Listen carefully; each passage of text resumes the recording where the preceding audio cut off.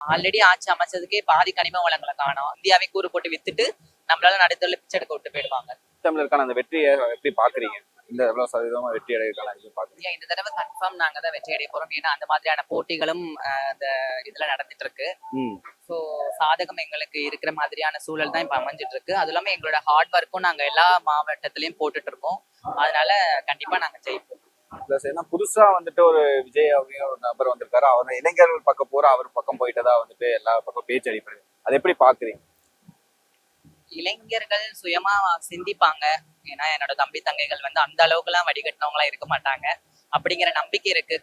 ஒரு திரைக்கவர்ச்சி நிமித்த போறாங்க, பாக்குறாங்க, போட்டோ எடுத்துக்கிறாங்க அப்படிங்கறத விட வாக்கு செலுத்துங்க அப்படிங்கும் போது யோசிச்சுதான் கண்டிப்பா பண்ணுவாங்க. ஒரு கருத்து ரீதியாவும் ஒரு கோட்பாடு ரீதியாவும் யோசிச்சு சிந்திச்சு வாக்களிப்பாங்க. என் தம்பி தங்கச்சிங்க மேல நிறைய நம்பிக்கை வச்சிருக்கேன் நான்.